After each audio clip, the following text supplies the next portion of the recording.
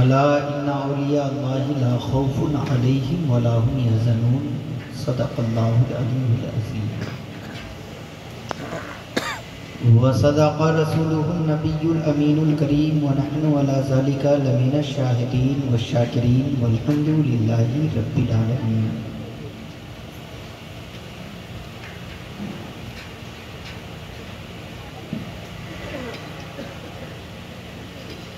اگر بلند آواز سے درود شریف پڑھنے پر کوئی پابندی نہ ہو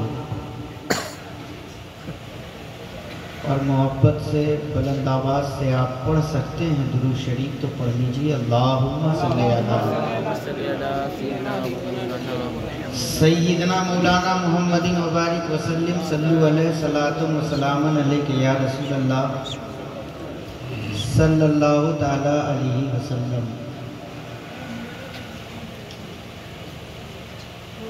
ایک اچھی بات کہوں گا حدود کے اندر،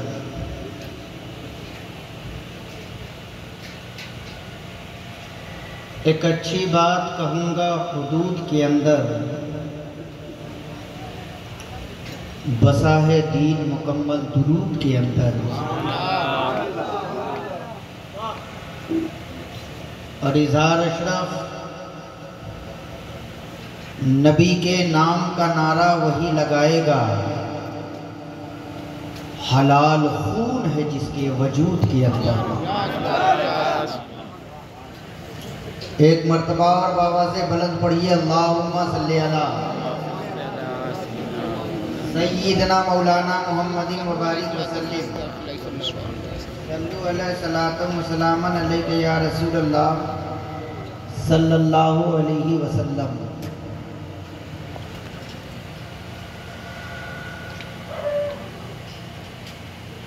حضرات،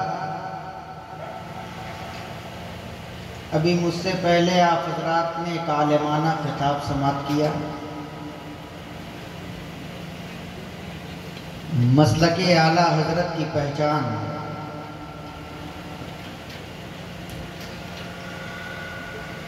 حضرت العلامہ حضرت علامہ مولانا حسیب رضا امجدی صاحب قبلہ سے آپ نے سماعت کیا۔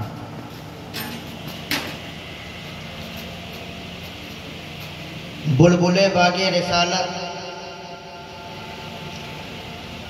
عزیزم حبیب رضا سلمہ سے بھی آپ نے منقبت کے چند اشعار سماعت کیے۔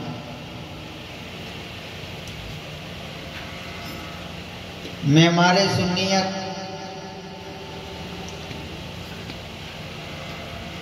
حضرت مولانا حافظ و قاری غلام محی الدین صاحب قبلہ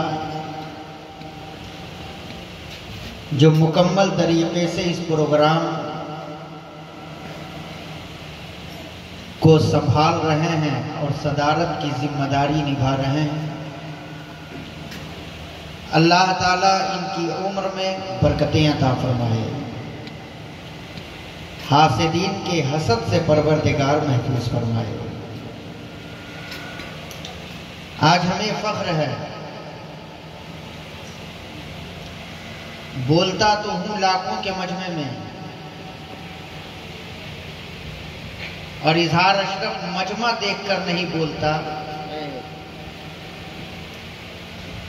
جس کی جیسی سماعت ہوتی ہے اسی انداز میں گفتگو کرنے کی کوشش کرتا ہوں۔ لیکن آج مجھے فخر ہے کہ آج ایک بیٹا اپنے باپ کی موجودگی میں بولنے کی جسارت کر رہا ہے۔ الحمدللہ حضرت مولانا غلام محی الدین مدّ ظلہ العالی والنورانی کی ذات وہ ہے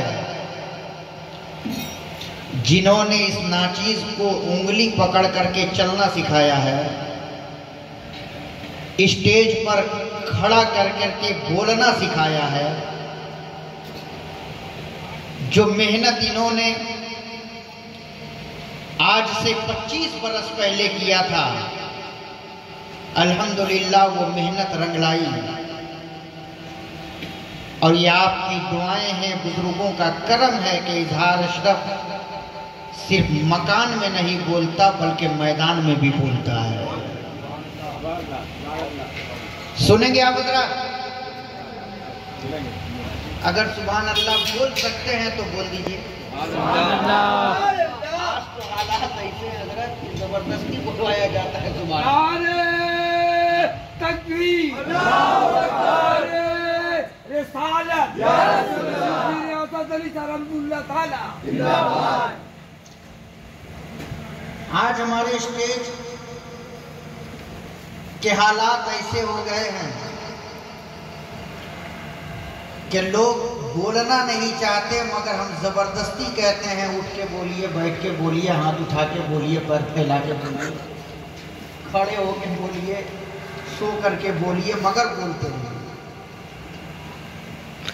کچھ تو ایسے بھی ہیں جو کہتے ہیں اگر نہیں بولیے گا تو مائک لے کے آپ کے پاس آ جائیں گے تب بولیے گا سبحان اللہ. لیکن میں کہتا ہوں حضرت محفل میں جتنے بیٹھے ہیں سب مسلمان بیٹھے ہیں، کلمہ پڑھنے والے بیٹھے ہیں، مصطفیٰ جان رحمت سے محبت کرنے والے بیٹھے ہیں.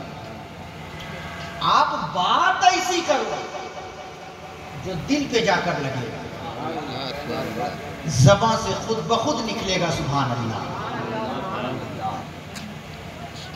اور آپ بھی محفلوں میں بیٹھو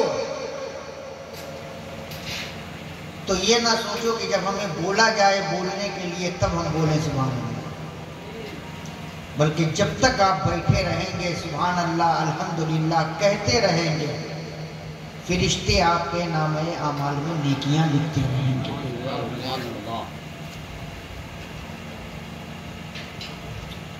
اسی دنیا کے اندر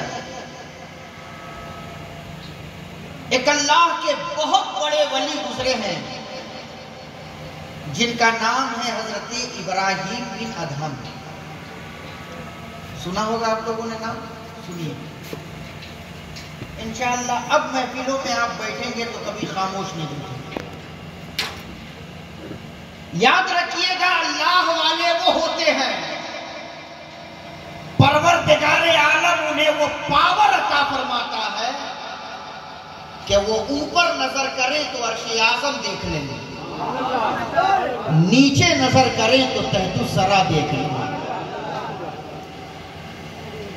کتابوں میں آتا ہے کہ ایک مرتبہ حضرت ابراہیم بن ادہم ایک قبرستان سے گزر رہے تھے، اچانک ایک قبر پر نظر پڑی.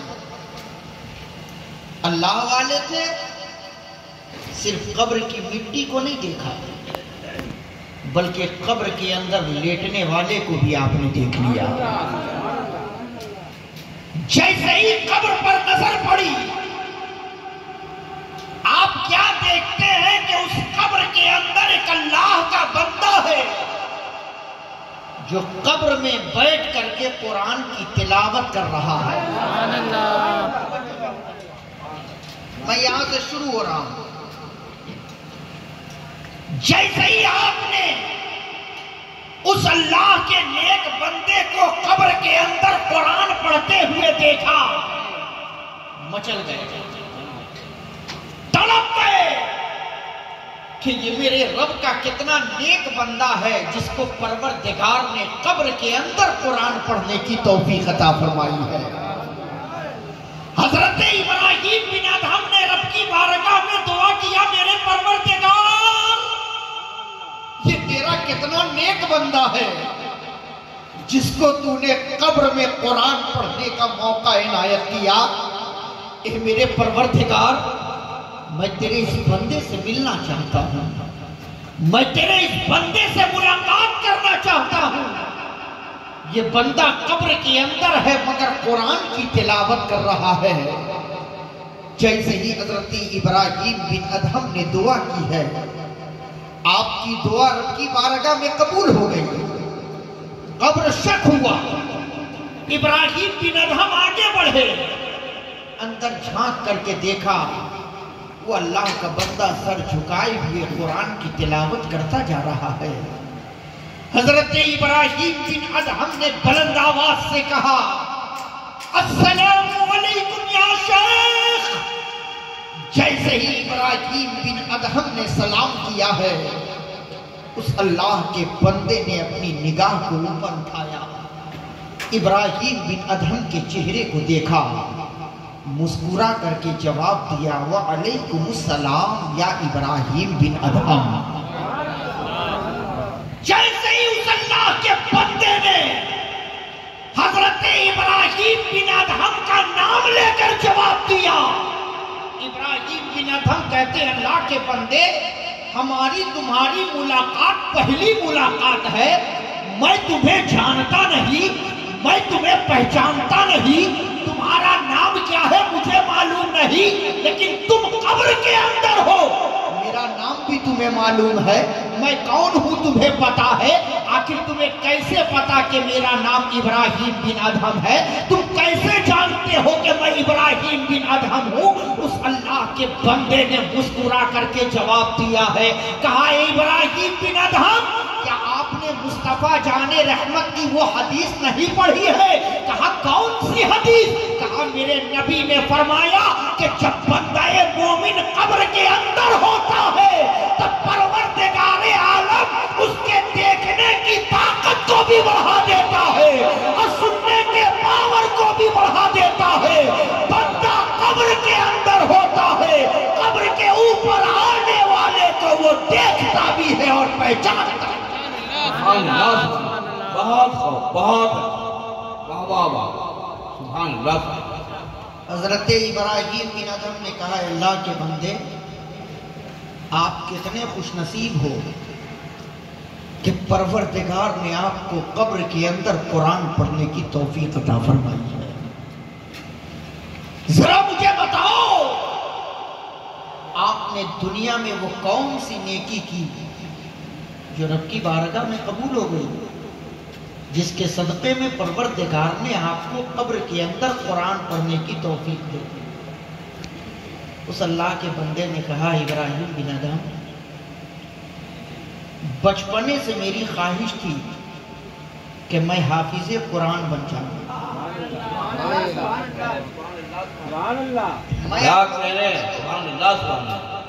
میں زبردستی نہیں کہوں گا کہ آپ سبحان اللہ کریں، لیکن سنیں، کہ ابراہیم بن ادہم میں نے محنت کی اور پروردگار کے فضل و کرم سے چند سالوں میں میں حافظ قرآن ہو گیا۔ سبحان اللہ۔ اور جب میں حافظ قرآن ہو گیا تو پھر کبھی بھی میں نے قرآن کو اپنے سے جدا نہیں کیا، سبحان اللہ، سبحان اللہ۔ قرآن کو اپنے سے الگ نہیں کیا۔ جب تک میری آنکھ کھلی رہتی تھی میں قرآن کی تلاوت کرتا رہتا تھا، سبحان اللہ، سبحان اللہ۔ میں بیٹھا رہتا قرآن کی تلاوت کرتا سبحان رہتا، اللہ۔ میں لیٹا رہتا قرآن کی تلاوت کرتا رہتا، میں راستے میں چلتا رہتا قرآن کی تلاوت کرتا رہتا، مکان میں رہتا تو قرآن کی تلاوت کرتا، دکان میں رہتا تو قرآن کی تلاوت کرتا، میدان میں رہتا تو قرآن کی تلاوت کرتا، مسجد میں ہوتا تو قرآن کی تلاوت کرتا، مدرسے میں رہتا تو قرآن کی تلاوت کرتا، خانقاہ میں رہتا تو قرآن کی تلاوت کرتا، سفر میں رہتا تو قرآن کی تلاوت کرتا، حجر میں رہتا تو قرآن کی تلاوت کرتا، ہر وقت ہر لمحہ میں قرآن کی تلاوت کرتا رہتا تھا اور رب کی بارگاہ میں یہ دعا کرتا رہتا تھا، اے میرے پروردگار، جس طریقے سے تو نے مجھے دنیا میں قرآن پڑھنے کی توفیق بخشی ہے، مولا میری خواہش یہ ہے کہ میری روح نکلے تو میں قرآن پڑھتا رہوں، میری روح نکل جائے، میں قرآن کی تلاوت کرتا رہوں، میری روح پرواز کر جائے۔ اور ابراہیم بن ادہم میں نے رب کی بارگاہ میں ہمیشہ یہ دعا کی ہے کہ اے میرے پروردگار، جس طریقے سے تو نے مجھے دنیا میں قرآن پڑھنے کی توفیق بخشی ہے، مولا میری خواہش یہ ہے کہ میں قبر میں رہوں تو وہاں بھی قرآن پڑھتا رہوں، وہاں بھی قرآن کی تلاوت۔ سبحان اللہ، سبحان اللہ، سبحان اللہ، سبحان اللہ۔ پروردگار نے میری دعا کو قبول فرما لی۔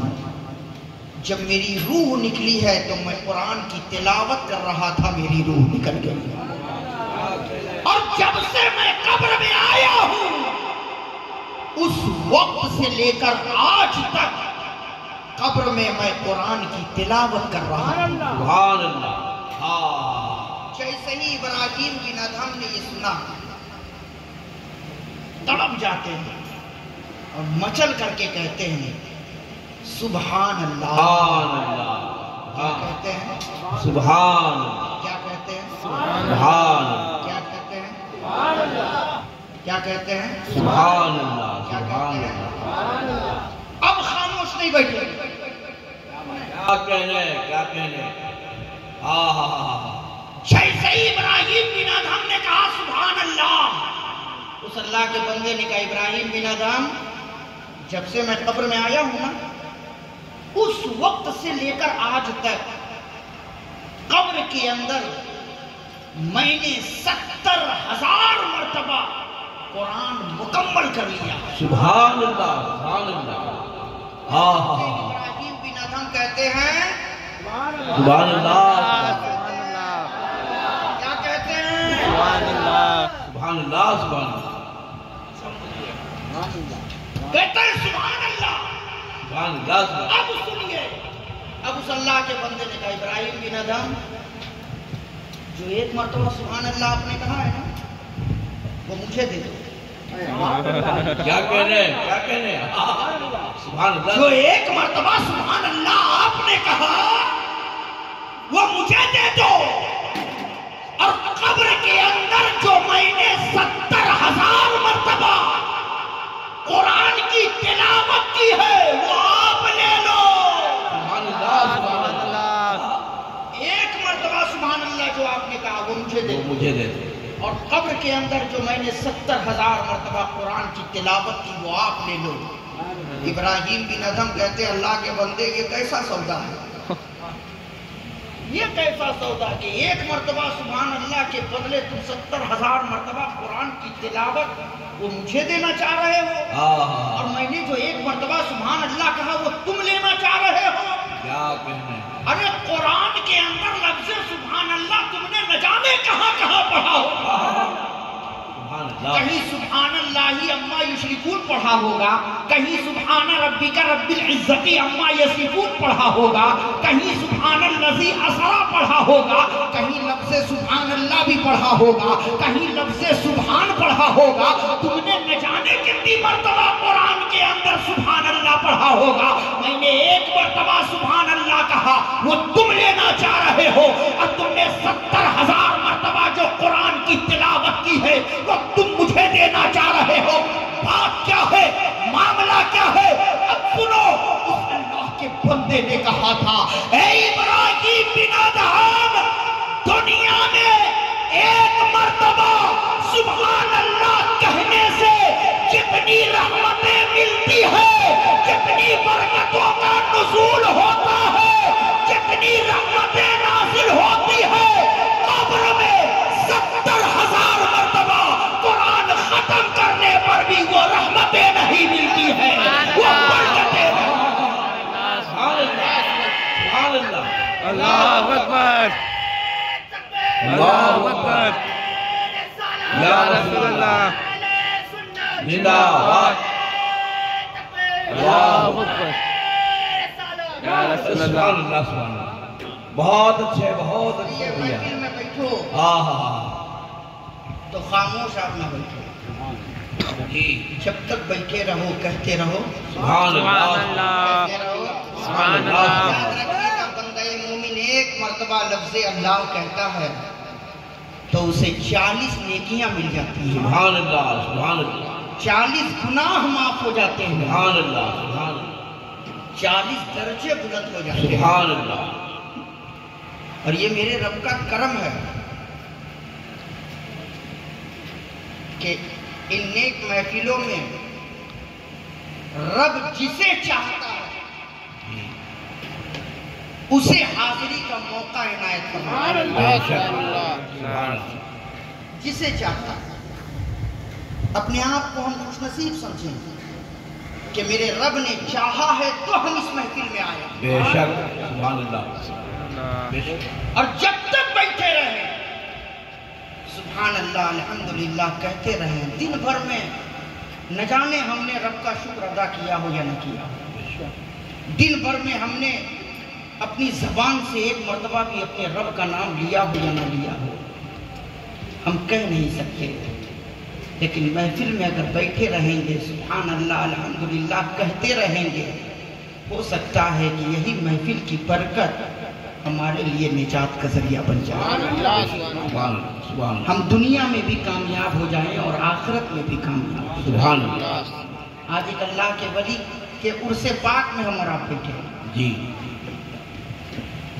آج صرف ہم نعرہ لگانا جانتے ہیں حضرت، بس صرف ہم یہی سمجھتے ہیں کہ سنیت کو اگر آگے پہنچانا ہے تو صرف نعرہ لگانا، میدان میں نکل کر کے صرف کودو، جلسے میں جتنی لچھی دار تقریریں کر لو، خوب واہ واہی لوٹ لو، اسی میں ہم اپنے آپ کو کامیاب سمجھتے ہیں۔ لیکن حقیقت دیکھیے تو آج ہر آدمی کو فکر صرف اپنے پیٹ کی، ہر ایک کو فکر اپنے پیٹ کی، اور اس پیٹ کے لیے نہ ہمیں جھوٹ اور سچ کو دیکھنا ہے، نہ حرام اور حلال کی تمیز کرنی ہے، نہ جائز اور ناجائز کی طرف توجہ دینی ہے، بس ذہن میں یہی ہے، مال ہو چاہے جیسا ہو، مال ہو چاہے جہاں کا ہو، بس اس گودام کو کرنا ہے۔ آج ہمیں اپنے رب کی ذات پر بھروسہ نہیں ہے، لیکن آپ ذرا سا دیکھیں میرا پروردگار اپنے بندوں پر کتنا مہربان ہے، کتنا مہربان ہے۔ میرے رب نے کبھی بھی ہمارے لیے رزق کا دروازہ بند نہیں کیا، ہم سجدہ کریں نہ کریں مگر پھر بھی میرا رب ہمیں کھانے کو دے رہا ہے، ہم نماز پڑھیں نہ پڑھیں پھر بھی میرا پروردگار ہمیں پہننے کو دے رہا ہے۔ آپ دیکھیں جب ہم ماں کے پیٹ میں تھے اور جب ماں کے پیٹ میں ہمیں خوراک کی ضرورت پڑی تو کیا باہر سے کوئی کھانا ہمیں پہنچا رہا تھا؟ نہیں۔ جب ماں کے پیٹ میں ہمیں خوراک کی ضرورت پڑی ہے تو پروردگار عالم نے ماں کے پیٹ میں ایک کنیکشن جو کیا، میرے رب نے ایک ناری لگا دی، ایک تار پھٹ کر دیا، اب ماں جو کچھ کھا رہی ہے پی رہی ہے وہی غذا بچے کی خوراک بن رہی ہے۔ بچہ 9 مہینہ ماں کے پیٹ میں رہتا ہے، کھاتا پیتا رہتا ہے، زندہ رہتا ہے،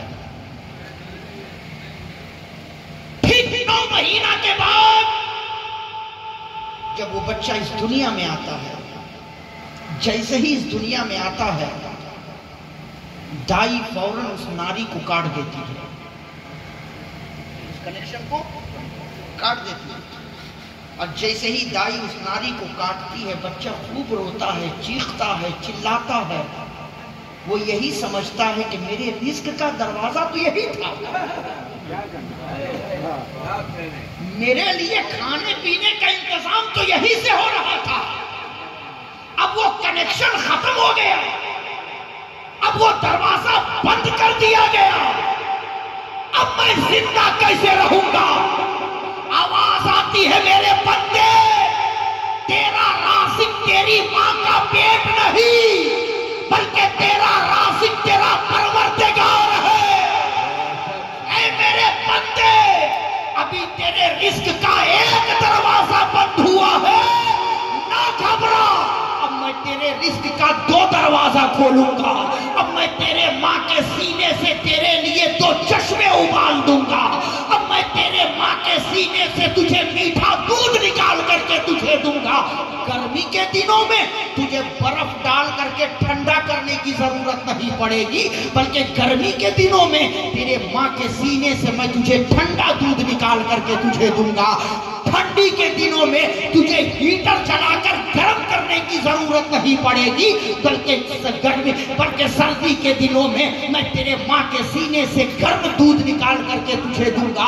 تجھے چینی میل میں جا کر، چینی کے دکان میں جا کر تجھے چینی لا کر اس کو ڈال کر میٹھا کرنے کی ضرورت نہیں پڑے گی، بلکہ میں تیرے ماں کے سینے سے تجھے میٹھا دودھ نکال کر کے دوں گا. حضرات، بچہ اپنی ماں کا دودھ پیتا رہتا ہے، ہنستا رہتا ہے، کھیلتا رہتا ہے، مسکراتا رہتا ہے، زندہ رہتا ہے. یہیں تک بس نہیں، ٹھیک 2 سال کے بعد جب ماں بچے کا دودھ چھوڑا دیتی ہے، پھر بچہ روتا ہے، چیختا ہے، پھر وہ چلاتا ہے. وہ یہی سمجھتا ہے کہ میرے رزق کا دروازہ تو یہی تھا، اب یہ بند ہو گیا، اب میں زندہ کیسے رہوں گا. آواز آتی ہے، میرے بندے، جب تو ماں کے پیٹ میں تھا تو تیرے رزق کا ایک دروازہ تھا، جب تو ماں کے پیٹ سے اس دنیا میں آیا تو میں نے تیرے رزق کے 2 دروازے کھولے، اور آج وہ 2 دروازے بھی بند ہوئے ہیں. تو میرے بندے نہ گھبرا، اب میں تیرے رزق کے 4 دروازے کھولوں گا.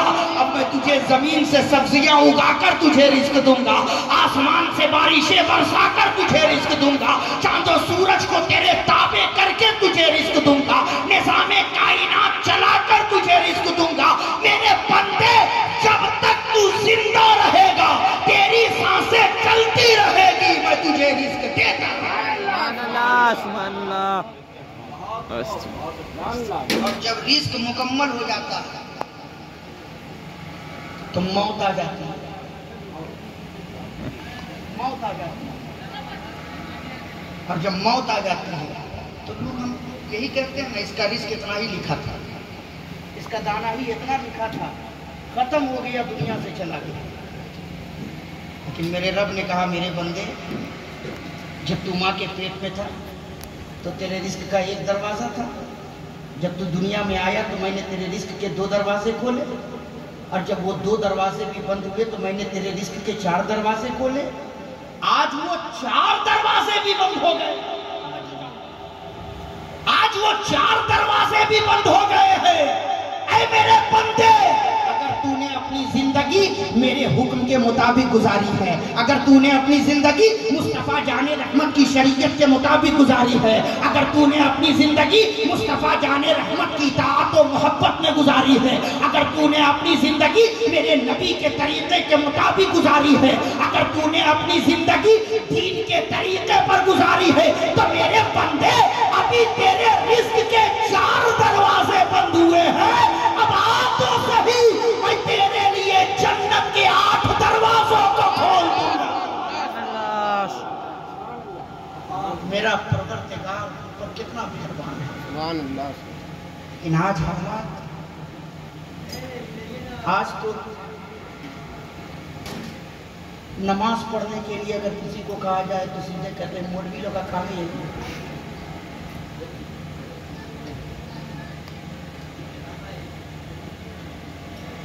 ایک صاحب کو میں نے کہا کہ ارے اپنے بچے کو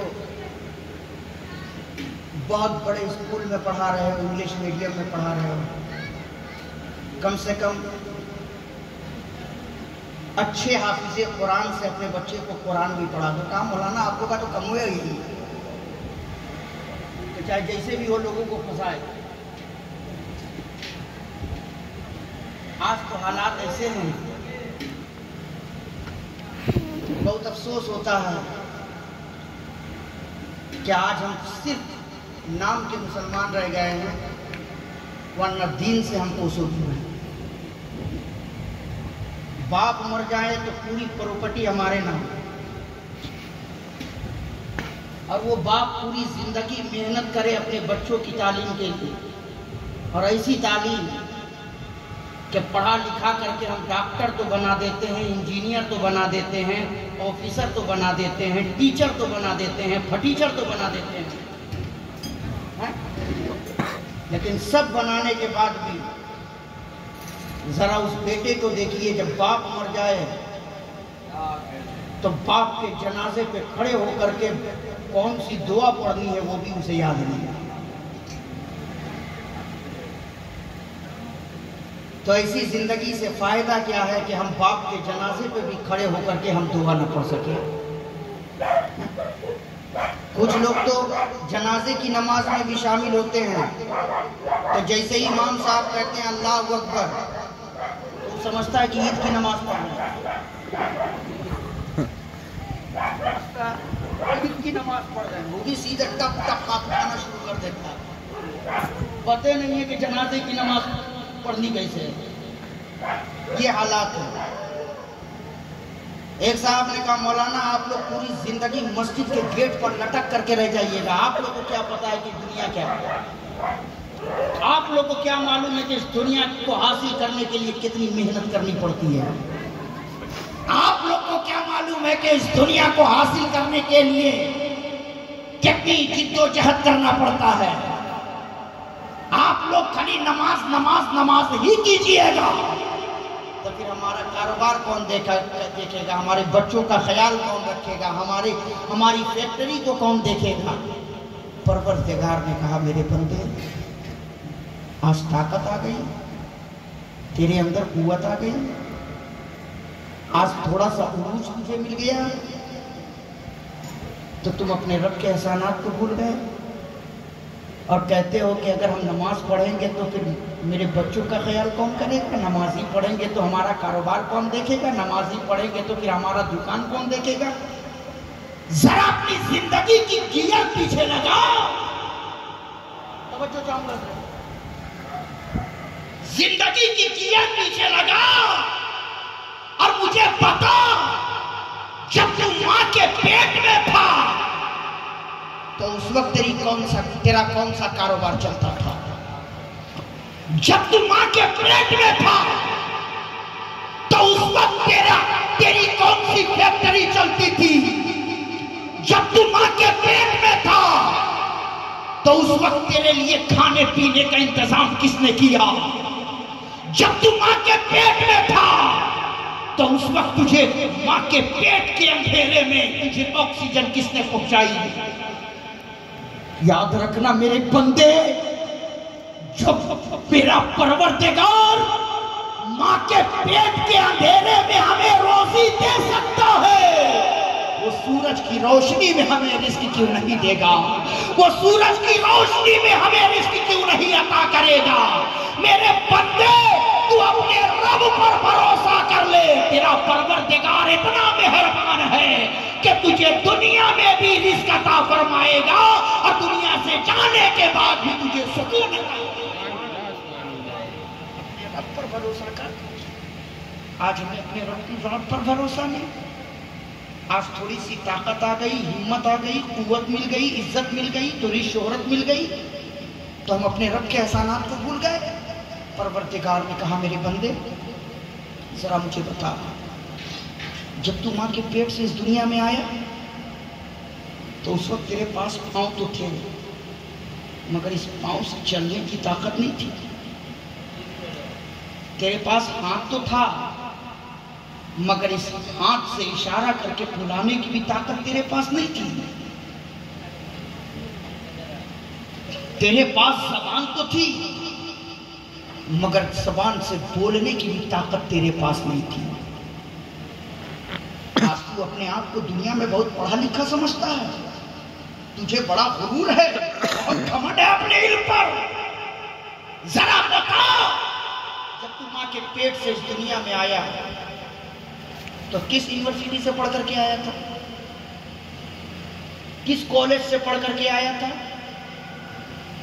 یہ سبق تجھے کس نے سکھا کر کے بھیجا تھا کہ جب تجھے بھوک لگے پیاس کا لگے تو تجھے کیا کرنا، تو تو بول سکتا نہیں تھا، تو تو چل سکتا نہیں تھا، تو تو ہاتھ اٹھا کر کسی کو بلا نہیں سکتا تھا۔ بتا اس وقت تجھے یہ درس یہ تعلیم کس نے دی کہ جب تجھے بھوک لگے پیاس لگے تو تجھے کیا کرنا ہے؟ میرے بندے یہ تعلیم یہ درس میں نے تجھے دیا تھا، میں نے تجھے سکھا کر کے بھیجا تھا کہ جب تجھے بھوک لگے پیاس لگے تو رونا تیرا کام ہے، تیری ماں کو بے قرار کر کے تجھ تک پہنچانا میرا ہے۔ ذرا مجھے بتا اس ماں کے دل میں تیرے لیے محبت کس نے پیدا کیا؟ اس ماں کے دل میں تیرے لیے پیار کس نے پیدا کیا؟ اور یہ وہی ماں ہے، یہ وہی ماں ہے جس کے ذرا کل کے نخرے بھی دیکھ لے۔ یہ ہر گھر کا معاملہ ہے۔ ہم اپنے گھر کی بہنوں کو دیکھیں کہ اگر سگا بھائی اگر باہر سے کھیل کر کے اگر پسینے میں شرابور ہو کر کے اپنی گنجی اگر اتار کر کے اپنی بہن کر کے ہاتھ میں دے تو وہ فوراً اس کو پھینک دیتی کہ میرے قریب نہ لاؤ، اس میں جراثیم ہے، اس میں گندگی ہے۔ سگا باپ اگر کھانا کھا کر کے چھوڑ دے تو اس کھانے کو ہاتھ نہیں لگاتی کہ یہ جھوٹا ہو گیا ہے۔ گھر کا اگر کوئی فرد اگر اس گلاس میں پانی پی لے تو وہ اس گلاس میں پانی نہیں پیتی جب تک دھل نہ لے لیتی کہ یہ جھوٹا ہو گیا۔ اس کے اندر اتنی نفاست تھی، اتنی نفاست، اتنی صفائی، لیکن یہ وہی ماں جس کے اندر کل اتنے نخرے تھے، پروردگار نے کہا میرے بندے میں نے تیرے لیے اس کے سارے نخروں کو توڑ کر میں نے اس کے دل میں تیرے لیے اتنی محبت پیدا کر دی، اتنی محبت پیدا کر دی کہ وہی ماں تیرے پیشاب پاخانے پر ہاتھ بھی مل رہی ہے اور تجھے لوریاں دے کر سینے سے لگا کر سلا دی۔ بتائیے محبت کس نے پیدا کی؟ اگر تیری ماں کے دل میں میں تیرے لیے محبت پیدا نہ کرتا تو پھر نہ جانے تیرا کیا حال ہوتا، پھر تو گندگی میں ڈوبا رہتا، کوئی تیرے قریب نہ جاتا، تو گندگی میں پیر پٹکتا ہوا مر جاتا، کوئی پوچھنے والا نہ ہوتا۔ اس ماں کے دل میں محبت میں نے تیرے لیے پیدا کی ہے، آج تو اپنے رب کے احسانات کو بھول گیا، آج تو اپنے رب کے احسانات کو بھول کر دنیا کی محبت میں اس قدر غرق ہو گیا کہ اب تو یہی سمجھنے لگا کہ یہ بلڈنگ صرف ہماری ہے، یہ دولت صرف میرے لیے ہے۔ یاد رکھنا میرے بندے، جب تک میں نے تیری زندگی لکھی ہے اس وقت تک تو اس دنیا میں رہے گا، پھر ایک دن آئے گا کہ تو اس دنیا سے چلا جائے گا۔ بڑے بڑے آئے، ایسے ایسے دولت مند بھی اس دنیا میں آئے جو اپنی دولت اور بادشاہت کے غرور میں خدائی کا دعویٰ بھی کر رہے تھے۔ نمرود کہتا تھا انا ربکم الاعلی، میں خدا ہوں، تمہارا خدا کہاں ہے؟ فرعون کہتا تھا بادشاہی میری ہے، حکومت میری ہے، تمہارا خدا کہاں ہے؟ شداد کہتا تھا دولت میرے پاس ہے، تمہارا خدا کہاں ہے؟ حمان کہتا تھا وزارت میرے پاس ہے، تمہارا خدا کہاں ہے؟ قارون کہتا تھا میرے پاس دولت ہے، ہیرے جواہرات ہیں، تمہارا خدا کہاں ہے؟ پروردگار نے کہا میرے بندے ذرا پلٹ، اب پلٹ کر کے ان کی زندگی کو پڑھ لے۔ کل جو خدائی کا دعویٰ کر رہا تھا نمرود، لنگڑے مچھر کے ذریعے ہلاک ہو گیا، کوئی اس کا پرسان حال نہ ہوا، وہ لنگڑے مچھر کے ذریعے دنیا سے چلا گیا، ختم ہو گیا، آج اس کا نام و نشان تک باقی نہیں ہے۔ اپنی بادشاہت پر غرور کرنے والا فرعون دریائے نیل میں ڈوب کر کے مر گیا، اپنی دولت پر غرور کرنے والا قارون دولت کے ساتھ زمین کے اندر پھنس گیا، اپنی وزارت پر غرور کرنے والا حمان پھانسی کے پھندے پر لٹک گیا، اپنی دولت پر غرور کرنے والا شداد اپنی بنائی ہوئی جنت میں داخل نہ ہو سکا، جنت میں داخل ہونے سے پہلے مر گیا۔ میرے بندے سوچ، جنہوں نے دنیا کو حاصل کرنے کے لیے غرور کیا، گھمنڈ کیا اور دولت پر توجہ دی، آج ان کا نام و نشان تک باقی نہیں ہے، آج ان کا نام لینے والا کوئی نہیں ہے۔ لیکن ذرا پلٹ کر کے میرے ان بندوں کو بھی دیکھ لے جنہوں نے دولت کو ٹھوکر مار کر کے میری محبت کو ترجیح دی ہے اور میرے طریقوں پر، میرے محبوب کے طریقوں پر عمل کرنے کی کوشش کی ہے، تو وہ کل جب دنیا میں تھے تو بھی لوگ انہیں یاد کر رہے تھے، آج دنیا سے چلے گئے تو بھی لوگ انہیں یاد کر رہے ہیں۔ آج ہر سال حضرت ریاست علی شاہ کا عرس لوگ منا رہے ہیں، تو کیوں منا رہے ہیں؟ کہ یہ انہوں نے اپنی زندگی دنیا کے لیے نہیں جی ہے، انہوں نے اپنی زندگی کو اللہ کے لیے قربان کر دی ہے۔ اور جو خدا کی محبت میں اپنے وجود کو فنا کر دیتا ہے، وہ دنیا میں بھی ہوتا ہے تو بھی لوگ اس کا نام لیتے ہیں، اور وہ زمین کے اندر ہوتا ہے تو بھی لوگ اسے یاد کرتے ہیں۔ سبحان اللہ، سبحان اللہ۔ اس لیے اپنے بچوں کو دین پڑھاؤ، اپنے بچوں کو مسلک اعلیٰ بتاؤ، اپنے بچوں کو اہل سنت والجماعت کا عقیدہ بتاؤ، معمولات اہل سنت کیا ہے اپنے بچوں کو پڑھاؤ، ورنہ ہماری آنے والی نسلیں تباہ ہو جائیں گی۔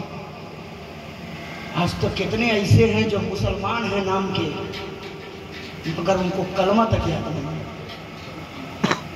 ہم لوگ نکاح پڑھانے جاتے ہیں حضرت تو بہت افسوس ہوتا ہے کہ ایک ایک لفظ کو بھی ہجے کرنا پڑتا ہے۔ ہاں صحیح ہے، کلمہ تک یاد نہیں، کیسے مسلمان ہیں؟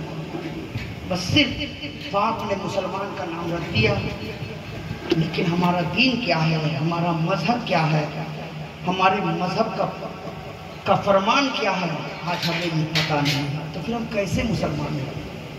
آج جو ہم ٹھوکریں کھا رہے ہیں یہ صرف ہمارے اعمال کا نتیجہ ہے۔ آج جو غیر ہم پر مسلط ہو رہے ہیں یہ صرف ہمارے اعمال کا نتیجہ ہے۔ جس دن ہم اپنے دین کے قریب ہو جائیں گے، کل 72 تھے تو لرزتا تھا زمانہ، اور آج ہم 72 کیا بہتر نہیں بن پا رہے ہیں۔ 72 کیا بہتر نہیں بن پا رہے ہیں۔ پہلے ہم اپنے آپ کو بہتر بنائیں۔ بہتر کب بنیں گے؟ جب ہم اپنے نبی کے دین پر چلیں گے، جب ہم اپنے مصطفیٰ کی شریعت پر چلیں گے، جب ہم اپنے مصطفیٰ جان رحمت کے قانون پر عمل کریں گے۔ آج ہم اپنے حضرت ریاست علی شاہ کے نام کا نعرہ تو لگاتے ہیں، شہرہ منقبت تو خوب پڑھتے ہیں، لیکن کبھی بھی ہم نے سوچا کہ ان کی زندگی کیسے گزری ہے، ان کی راتیں کیسی گزری ہے، ان کے صبح اور شام کیسے گزرے؟ یہ چلتے تھے تو ان کے چلنے کا انداز کیا تھا؟ یہ بولتے تھے تو ان کے بولنے کا انداز کیا تھا؟ یہ جب کھاتے تھے تو ان کے کھانے کا انداز کیا تھا؟ اس لیے میں پیغام دینا چاہتا ہوں مسلمانوں، جلسوں میں صرف نعرہ لگانے سے کام نہیں چلے گا، صرف کود لینے سے کام نہیں چلے گا۔